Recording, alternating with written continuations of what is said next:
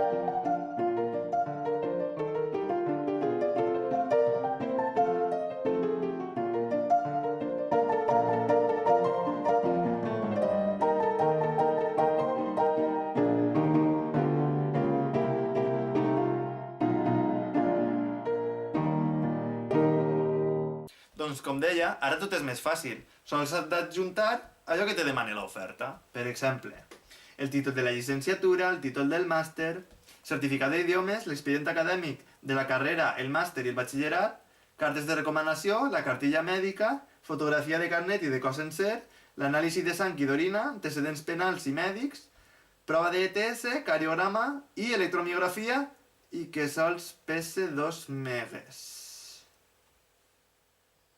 ¡Ah! ¡Comprimiste, comprimiste, comprimiste! A més del currículum, també se sol demanar el que s'anomena carta de motivació. En aquesta tens que plasmar que tens moltes ganes de que t'agafen, millor si fiques en relació el treball que has fet fins ara en el treball que fan allà on vols que t'agafen, i també va bé fer una miqueta la pilota. Per això últim, n'hi ha gent que se li dona millor. El seu treball és interessantíssim i, a més, a la fotografia que té vostè a la pàgina web del departament té vostè unes faccions més que envejables, amb uns ulls preciosos i una mirada realment captivadora que no pot oblidar fàcilment.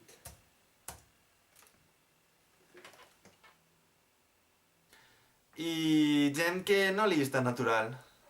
I una mirada realment captivadora que no pot oblidar fàcilment.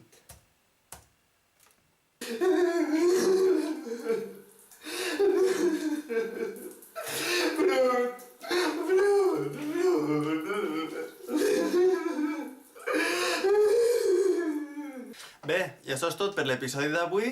Espero que hàgiu estat molt atents i hàgiu pres nota, perquè aquests consells són molt importants i posats en pràctica us permetran arribar tan alt i tan lluny com ho estic... Uf.